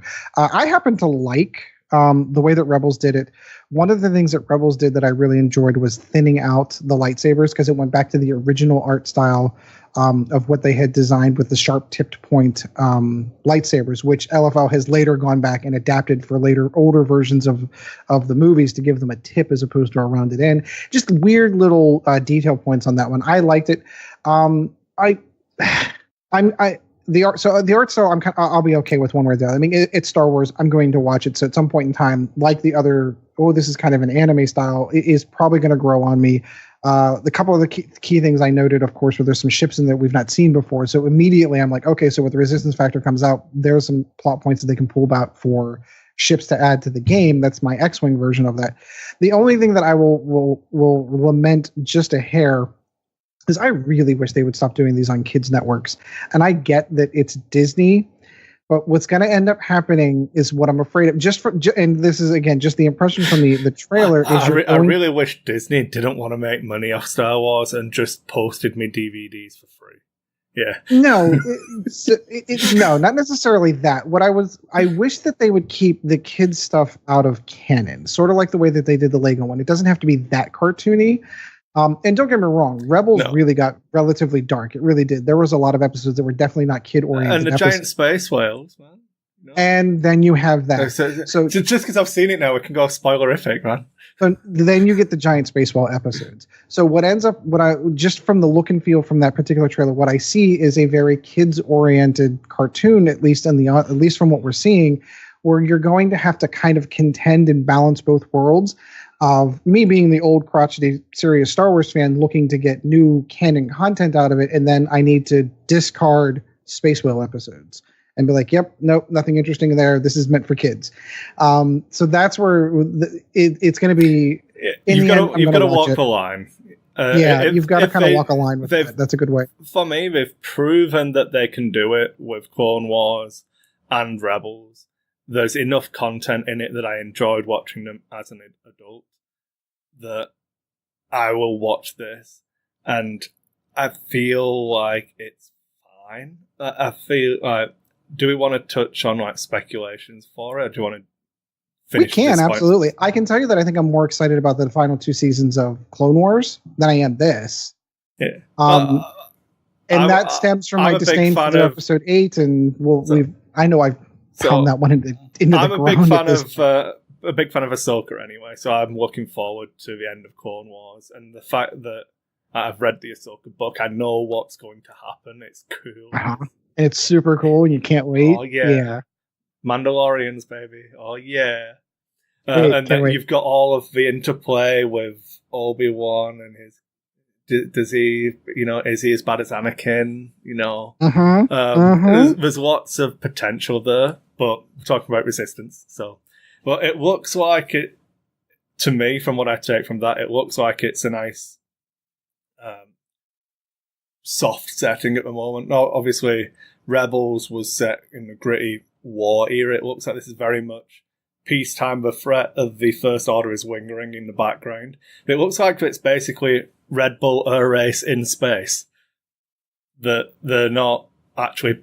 There's no hopping around the Resistance bases. There's going to be no because there is no Resistance. There's only a handful of people there that survived at the end. No, and you don't know when this is set. This might be set before before The Force Awakens. Oh, that's a good point. That's true, because we don't see. In my mind, I thought that this was going to fill the gap between episodes 8 and episodes 9. But you're right. We don't know the era when it takes place. No. So that's what I'm saying. For me, it gets a feeling that it's pre-Force Awakens. The threat of the First Order seems like it's more looming. I may be completely off with it. It might fill the exact time slot you're talking about. But it feels like it's going to be a much lighter show for Season 1. I don't think there's going to be as much dark content in there, but we'll see.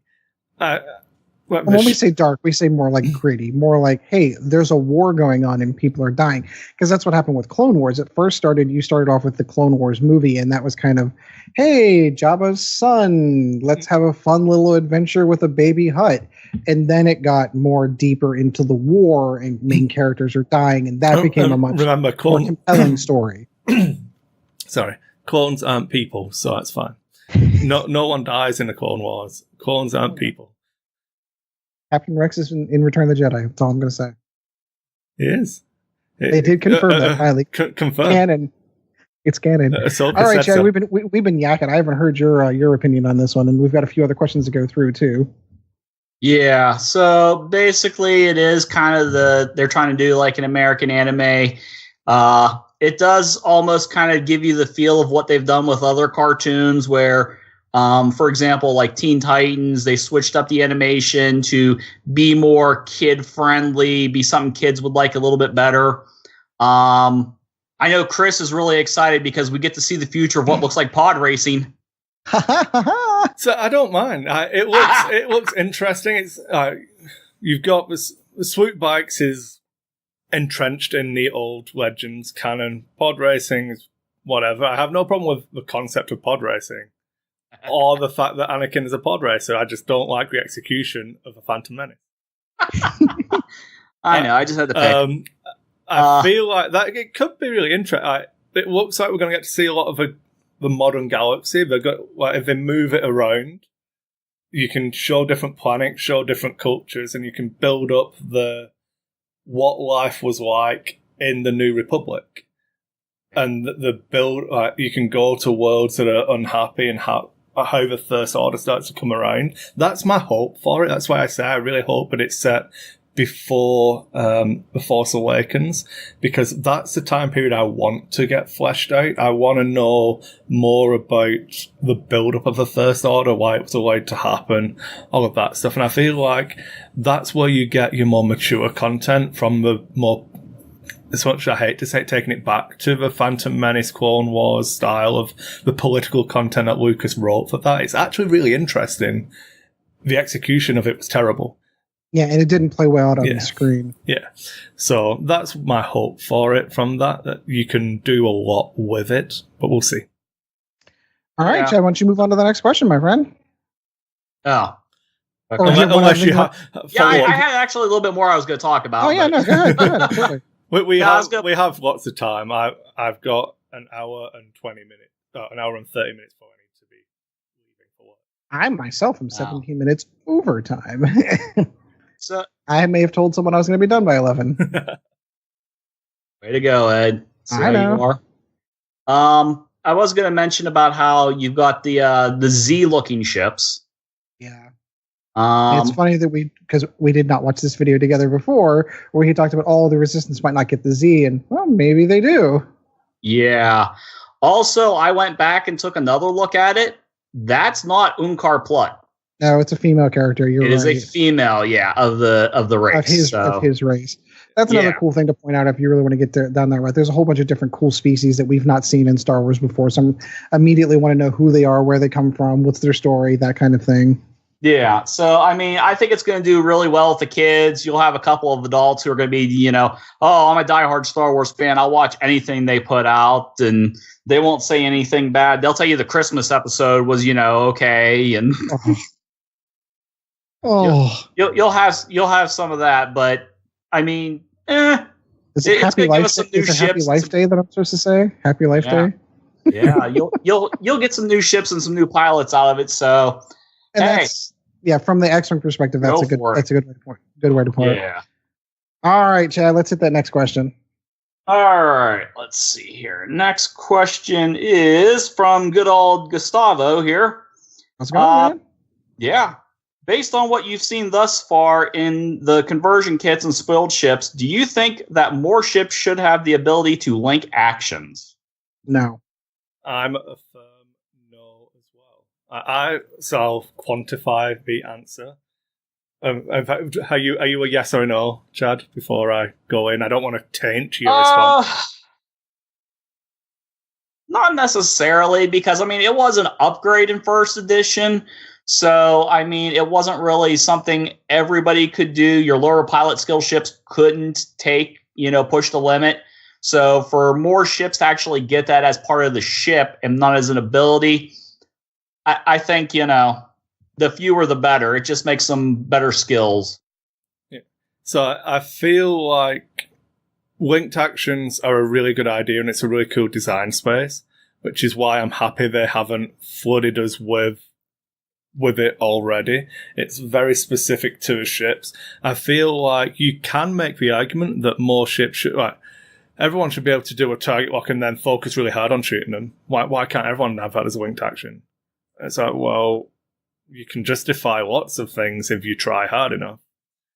So I'm happy that it's a design space that's still relatively open, not fully explored upon the release of the game. So for me, I feel like the list of actions the pilot can take always reflected the chassis that they were driving in. And it was meant to reflect the capabilities of the ship and not necessarily the pilot. So the fact that they have limited the amount of linked actions isn't a huge improvement to me, because you had that ability in first edition where, well, if they have an EPT slot, it's PTL. And now I can push a ship beyond its capabilities, kind of thing, which always felt a little bit off and wonky now that I've had the opportunity to take a look back. I think that this is a better design space because it allows those ships to fly like they were meant to fly. And it really helps emphasize better pilots and better pilots' abilities when their abilities are they kind of break out of that design space. Like Vader, for example. I know we've having a love fest with Vader in this episode, but he's meant to be that much better of a pilot, and it shows in that. Whereas if you take a generic Tempest Squadron pilot, technically those two ships have the exact same physical capabilities. It's just Vader being a Sith Lord piloting it that makes him so much better than that. It's not the ship, it's the pilot kind of thing. Yeah. It's not the shoes. I like that breakaway of separating ship abilities from pilot abilities. I think it's really cool. The linked actions on top of that are really strong. I'm sure there are one or two ships where the justification would be stronger. Like it would be nice to see some form of ordnance carrier that had, focus into red target lock, but then you're just adding up broken shit into a game at that point. You're doing it for power levels over doing it for the feel of the ship. So at the minute, there will be more ships with linked actions, but I'm happy where we sit with what we have at the moment. Yeah, I think we're all universal on that one. All right, Chad, next question. All right, lastly, we got Ian Courtney here. Wants to know, should crack shot and marksmanship in 2.0 be the same points cost? And which, in your humble opinion, is better, or are they both situational? Okay. Anyone want to jump in first? Let's address the point cost. So they're both 1 point. Crack shot and marksmanship are both a single point. And crack shot is single use. Single use. If you're in a bullseye arc, it does what crack shot does, cancels an evade result. Marksmanship is not single use. If you're in the bullseye arc, you may change a hit to a crit. So I think they're both situational. Yeah. They are, but the single use of crack shot, I would say that is fine at 1 point, but maybe marksmanship I could see as like 2, maybe even a 3, because you'll use it more throughout a game than you will just one use of crack shot. Yeah, I think that's. I really do think that's a fair argument. If marksmanship was a soft mod from focus to a hit or focus to a crit, definitely needs to be more. Changing a hit to a crit only on a bullseye arc. Yeah, I'm happy with them both at 1.4 now until I see more data from it. I don't know that I would take marksmanship over my bid. Yeah. Crack shot, I feel like I'm going to put into my list if I'm going to take multiples.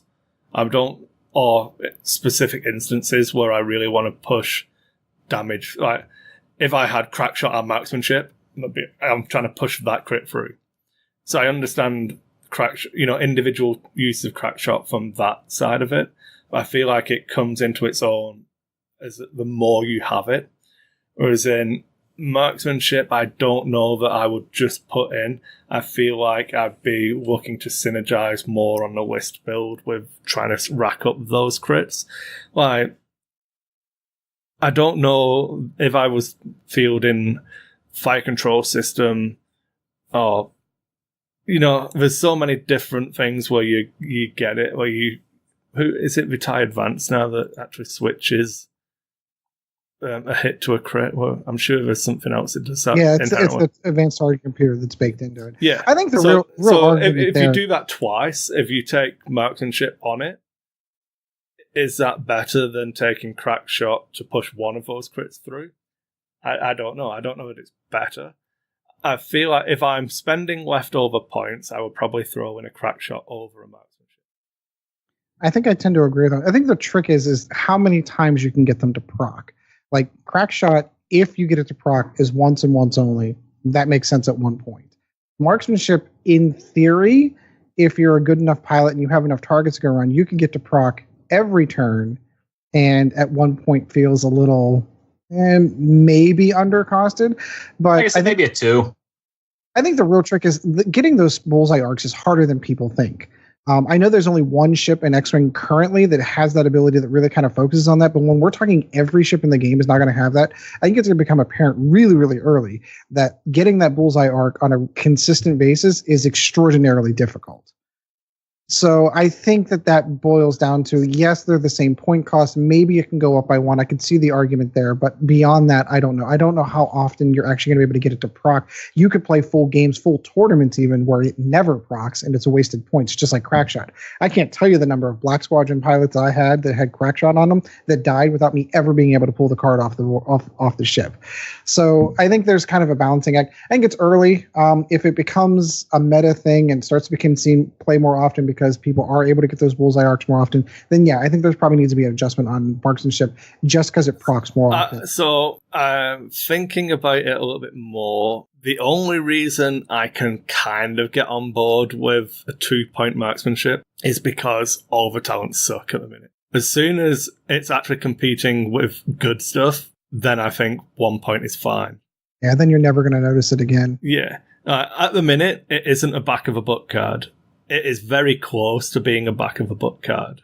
So I'm happy. You just need one good talent that would push it out, and then nobody would ever see it.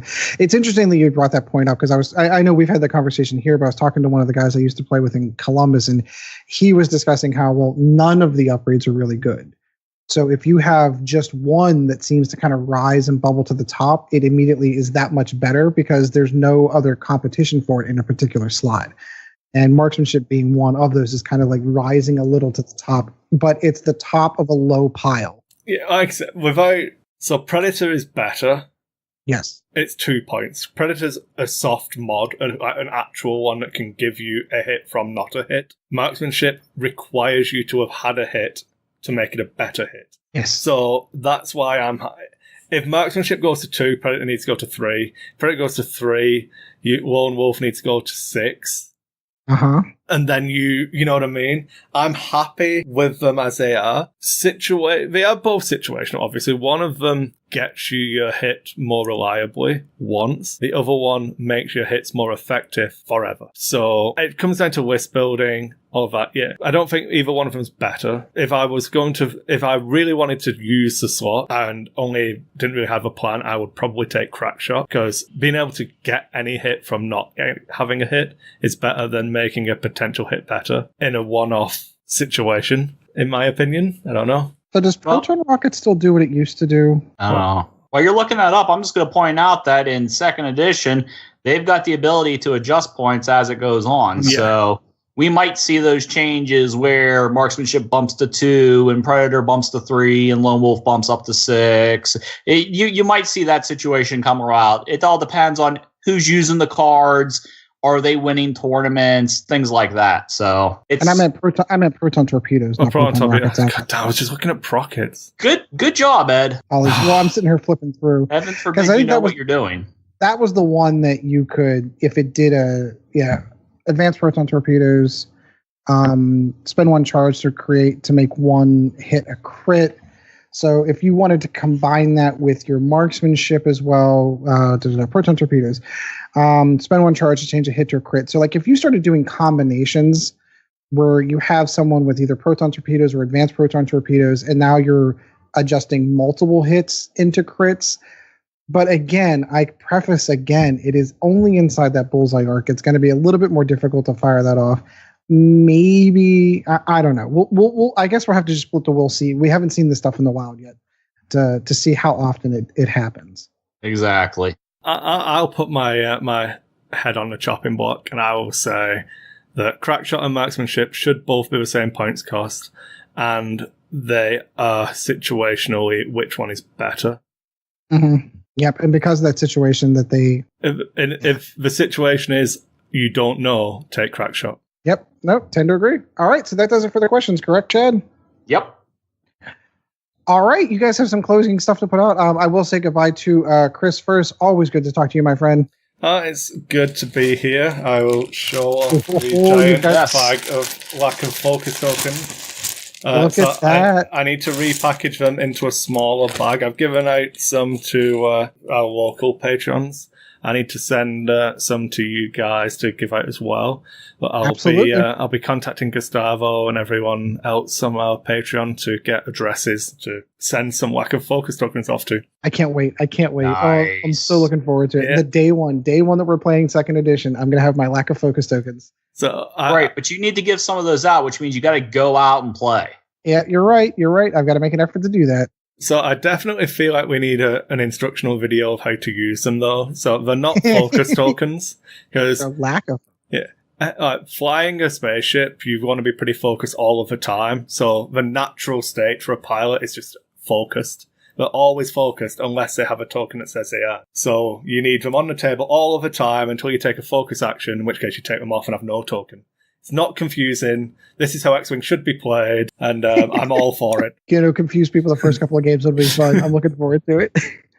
We have some house cleaning, of course. We've got email addresses and Facebook pages and Patreon shout-outs we've got to pull off. So by all means, my friend, go ahead. I'm just going to say thanks to all the fans and everything who listen and watch and support us. Thanks. You guys are the reason we do this stuff. We got our Lack of Focus Facebook page. Swing by and give us some questions for shows. Give us some comments. Let us know how you think Ed should go to tournaments, for a change, things of that nature. We have our Lack of Focus podcast at gmail.com if you want to email us.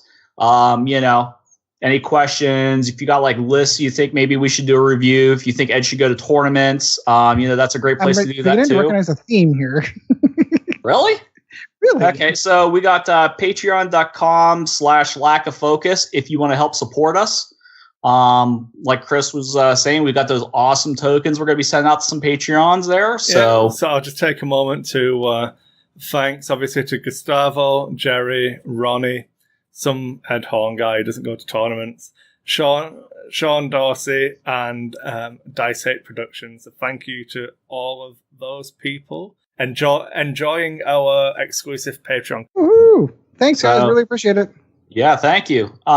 If you like to want to see us, see what we look like, make fun of the way Ed looks or anything like that, we are on the Dice 8 YouTube channel. So if you want, swing by, give us a like, share it, subscribe to us, leave a comment saying about how Ed should go to tournaments, things of that nature. If you want just the audio formats, we're doing like some SoundCloud, Podbean, some things of that nature. So just need to jump in slightly on that one. I have been having trouble with the Dice Hate SoundCloud account. They cancelled my premium account, which is what gives us unlimited uploads basically for it. They cancelled it for... I don't know why. I've been getting in touch with them and it looks like I cancelled it, which I have no memory of. So I was like, well, we're sick and had pneumonia. Can I have it back? It's like, well, yeah, it's $20 a month now. It's like, well, it was $16. So I'm now arguing with them over $4. That's good. So, they canceled it, so you'll pay $4 more. Yeah. That's my current view. So I'm probably going to suck it up and pay the extra $4 a month because it's all linked to iTunes already, and I'm naturally a lazy git. Mm-hmm. So that's slightly annoying. But at the moment, you might struggle to get some of the back catalogue on the Dice Hate podcast, because on the default one, you're only allowed, I think, 3 hours worth of audio, and being that most of our shows are over 90 minutes, yep, it kind of messes with the formatting. So sorry about that. I'm working on fixing it. If you're listening to just Lack of Focus, you can check us out on Podbean. So obviously they canceled it because Ed doesn't go to tournaments. They looked into that, did they? Yeah. All right, Chad. Always good to talk to you, my friend. Pleasure to be here. All right, so I'm going to thank everyone. That was episode 5 of Lack of Focus. We still are debating doing some in focus. Kris had mentioned maybe doing an overview of Rebels, kind of an in focus, kind of little offshoot of just talking about Rebels. And I think it's a fantastic idea. But until then, we will catch you next episode. And as always, guys, fly casual.